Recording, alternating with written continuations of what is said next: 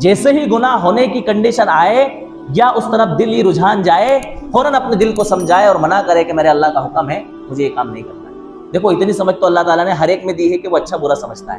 جو چیز بری لگے اس سے اپنے آپ کو روک لے، بس یہی گناہ سے بچنے کی کیا ہے؟ ڈیفینیشن ہے۔